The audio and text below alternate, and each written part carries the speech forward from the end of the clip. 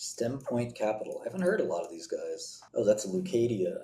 Some carnage in small cap biotech. At least a couple stocks are down a bunch. Yeah, I've had a little bit of a hot streak. Just don't be upset when I get a little bit of a cold streak, guys. It's gonna happen, you know. Can't stay hot forever. Yeah, I lived with my sister for a few months. When I got out of jail, they kind of forced me to have a. When I was in jail, they were like, "What apartment? What address do you want to be released to?" And I was like, "I don't know." And they're like, "Well, do you want to be released?" And I was like, "Yeah. When you're in jail for 5 years, someone says, "Do you want to be released?" You give them whatever address you know. You could release me to subway station for all I care. And I gave him my sister's address. And I figured by then I'd either move my sister out or something like that. But it turns out that my sister ended up needing an operation. So she had to stay. So I basically, I had my own bedroom. But it was definitely like we were growing up as kids again. And a couple months later, I, of course, got my own place. But it was one of these things the media took out of proportion. Yeah, it was a little like that. These jail guards, they're not jail employees. They're not nice. I mean, like they'll put you on the bottom of the pile. They're like, "Oh, you don't have an address? Cool, I'll check back next month." And I was like, "Throw you on the bottom of the pile." Okay, yeah. So last night, Cassava made the front page of SEC.gov. Not what you usually want to do. I joked that I was hosting a freak off, but some people took it seriously. Yeah. So front page of SEC.gov, not a place anybody ever wants to be. I've been there before. And by the way, I have no love for the SEC. I think they often get it wrong. Sometimes they're okay if there's no political influence involved. I would say they're decent. But they missed a lot of stuff. They missed Madoff. They missed Galleon. They missed the big Elon trade, the biggest insider trade ever. It's like they often and there's stuff that I know they know about that they didn't charge. So it's kind of complicated. They can be bad, but they generally get it right. But they're definitely not always on the ball. They sued, so another thing that's important is when they say charge, the SEC can initiate litigation. So when they say charge, it's kind of a little weird. I think they also settled the two executives without banning them. This guy has to make payments to SEC in installment payments. Wow. Without admitting or denying the violations, that's pretty wild. That's a decent settlement if you can get it. They've kind of started to stop. They don't do that anymore, kind of. They kind of want you to admit the violations for a settlement, or they can just prove it in court because it doesn't take much resources to do that. Well, anyway, the reason this was interesting was that they actually revealed for the first time the actual clinical results in the SEC lawsuit. You can make a lot of money shorting. The way shorting works, let me explain. I think some people don't understand a lot about shorting. So when you make trades in investing, they accrue and compound. And Cassava is going to go down a lot very soon. So let's say you had your portfolio and you made 20% this year, okay? And then Cassava is going to add another 20%. The shorting Cassava could add 20% or 40% to your portfolio. Well, now you've compounded an extra 4% that came from just compounding. The 20% you made on the trade plus the 20% you made in your other trade. So you could just keep compounding. The next time crappy biotech company comes out, you could short it and make 30%. And pretty soon you'll be very rich. Many people have become billionaires this way. So just because you can't make 10x on a short doesn't mean that you can't become rich shorting. Anyway, so here's the secret that came out yesterday that's really crazy. It's buried in here on number 5. I guess it's not really buried because it's like page 3. But you can miss it if you don't see it. And when Cassava put out the results, they said that, and I found these last night, it was like, they also buried, it's pretty funny, they buried the presentation because it's still archived in the SEC, but it's no longer on their website, which is really funny. They made it really hard to find these on their website. So this is the phase 2B data when they presented it. And this is what got people excited. If you go down on this scale, you do better. These are sort of, it's a scale of mistakes, basically, I think. I don't know the scale that well. But lower is better. Yeah, so it's total errors. So you want, I guess, as few errors as possible. Makes sense, right? And the 50 milligram did really good, and the 100 milligram did really good. And they're not statistically significant, but, you know, it's what you want to see, right? I like 𝗕𝗄𝗄𝗧. Yeah, the SEC is, yeah, all the Wells notice and all that stuff's over. It's not a preliminary investigation, it's a full investigation. The matter's now closed to the SEC. So this is what they presented, right? Oh, I gotta make a good chart here. This is the phase 2. And they had the audacity to actually call this the phase 2B. Like, it's almost a phase 3. Man! All right, so I think it's Treasury Department, but it could be the SEC. It's never the shareholders. The shareholders are doing fine though. All right, so this is day 28 change, right? Placebo, 50 milligram, 100 milligram. Lower is better. Remember, you guys see it, right? This is a 𝗕𝗲𝗡𝗏 magic trick. The real results, I feel like, you know, an episode of Scooby-Doo. The real results were this. The best group was actually placebo, right? Lower is better, right? Here,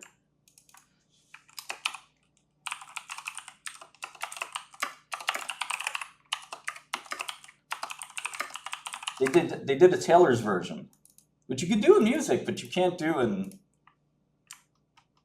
drugs. The SEC got a subpoena. Another thing you don't want to get. So the real data is in orange. The blue and this one doesn't show. I guess I can just change it to a really small number. Okay. Cool. Look how different these data sets are, right? They threw out Taylor's version's a joke because Taylor Swift re-released her own records, slightly changed. You can't change scientific data. It is what it is. You can't just be like, oh, you know, it'd be better if we remove this. They basically said they said their data is better because they removed the best patients and the worst patients. But they also got to look at the data, and they kept changing it until it told a story that they wanted it to tell. But this huge result becomes not a great result when you look at the real data. And this huge result becomes no effect at all. In fact, this is worse. And in the drug business, I don't know if you guys know this, but usually what ends up happening is that 50 milligrams and 100 milligrams, that 50 milligrams is like half as good as 100 milligrams. That makes sense, right? You take a double dose of an opioid, you're lit. You're ready to party. You take a half dose of an opioid, well, you know, you're not feeling bad. But, you know, you should not be having more efficacy than 100. There's no dose-response relationship. There's no inverse dose effect is not a real thing, right? That doesn't happen in real life. No, I don't have any probation requirements against investing or doing anything. Thanks for asking, though. Feel free to ask more questions if you want. They made the placebo look worse, and they made the drug look a lot better. I don't really care about the stock. Stock's not that important. Let it go up, let it go down. It doesn't make a difference. This is what matters. Does the drug work or not? No, I don't think I can or will want to manage other people's money. But anyway, let's focus. So this is a scam, right?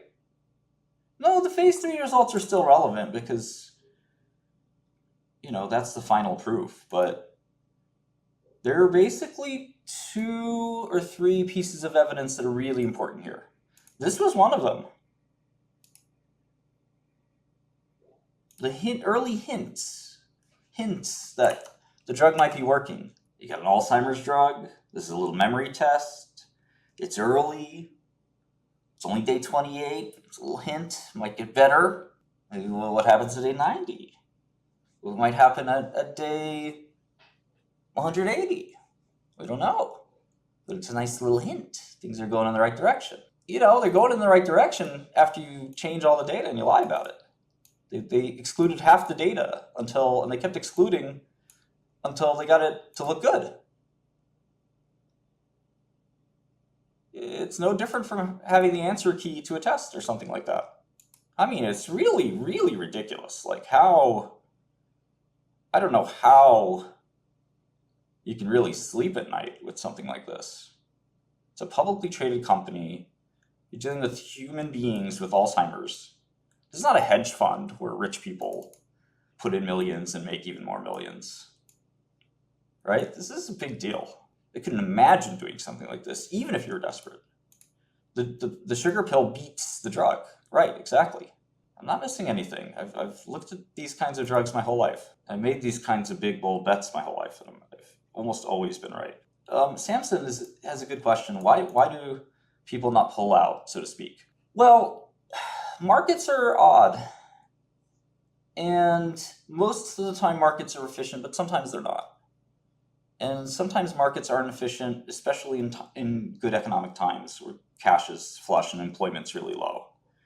Then people want to speculate. And even things like meme coins go up, right? There are meme coins worth more money than Cassava, right?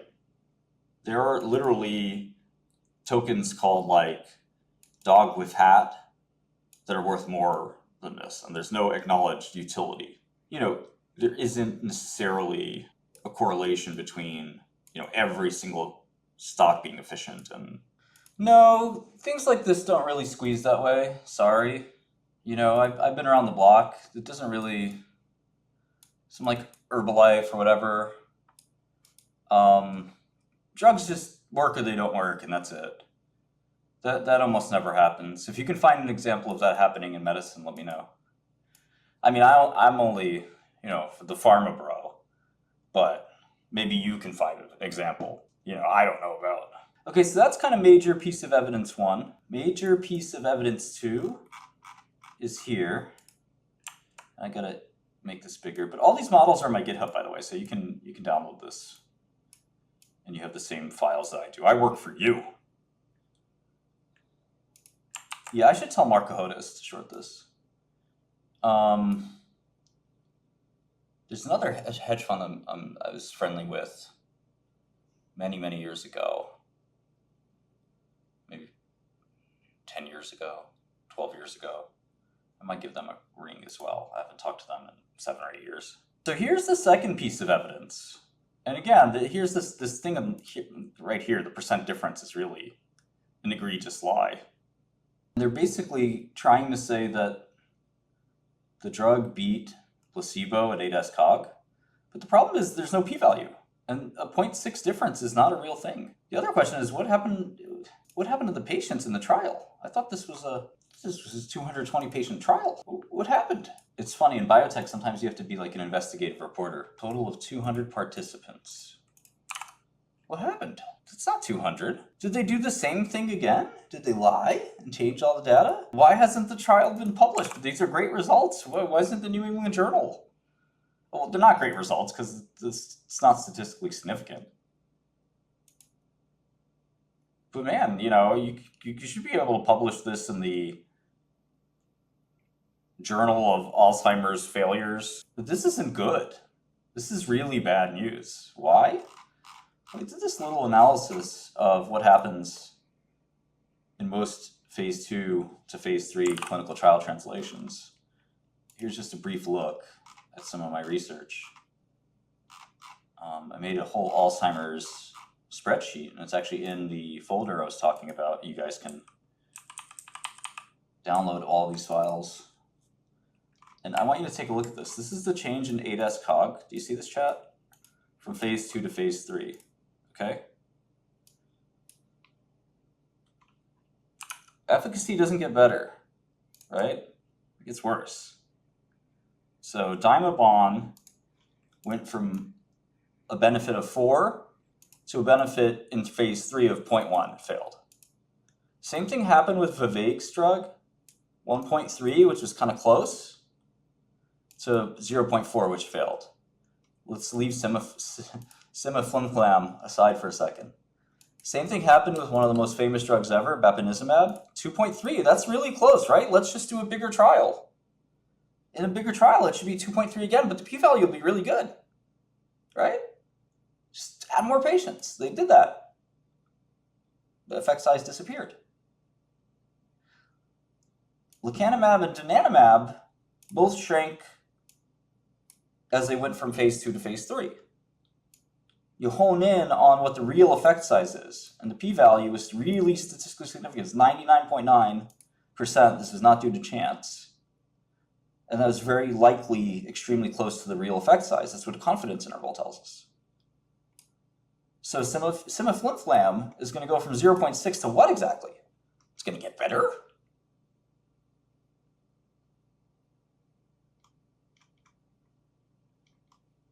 How? The p-value is, I think it's important to learn elementary statistics.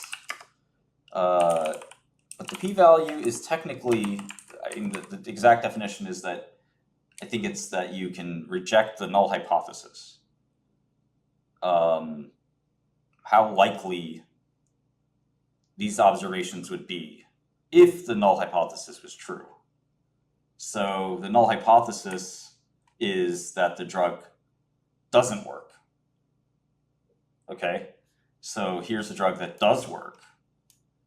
And these observations, there's a 99.9% chance you can reject the null hypothesis that the drug doesn't work, because it obviously works.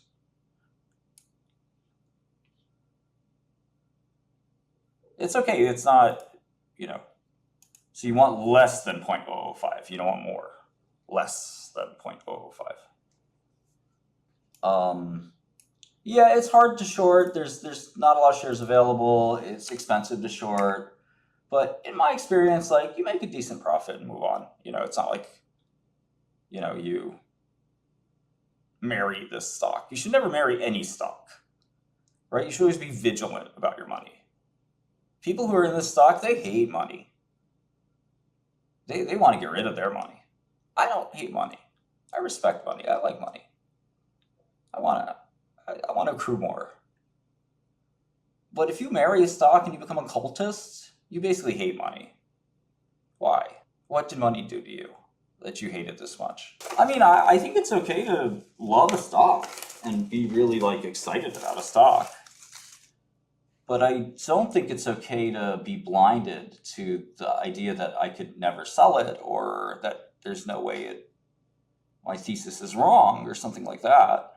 And if you have one stock in your whole portfolio, I mean, you're insane, because the problem with Cassava people is that if you try to talk to them about another biotech stock, they don't know what you're talking about. And that's really crazy, because your job as an investor is to go through all the stocks and see which one's the best.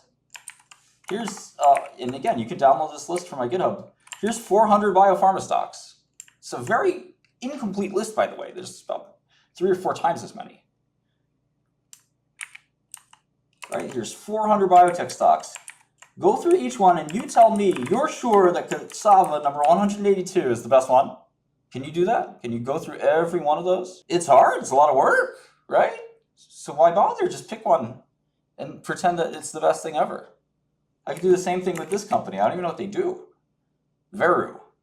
No, Veru is the real thing. And everything you could say about Cassava, you could say about Veru. You're gonna get squeezed. It's gonna go to the moon. It doesn't work that way. This is like, I don't know, me looking at the treadmill and pretending that,